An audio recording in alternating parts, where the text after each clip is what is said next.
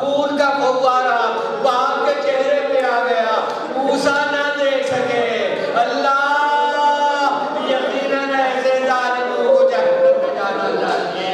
یہ صرف بوڑھا باپ تھا جس نے اس کو برداشت کر لیا، مگر جب اٹھانے کی بات آ گئی نا، بوڑھا باپ کھڑا ہوا اور خیمے کی طرف دیکھا، بچوں آؤ، ارے جوان کا جنازہ ہے، بوڑھا باپ ہے۔ ارے باپ کو نہیں چاہیے کہ بیٹے کا جنازہ اٹھائے، چھوٹے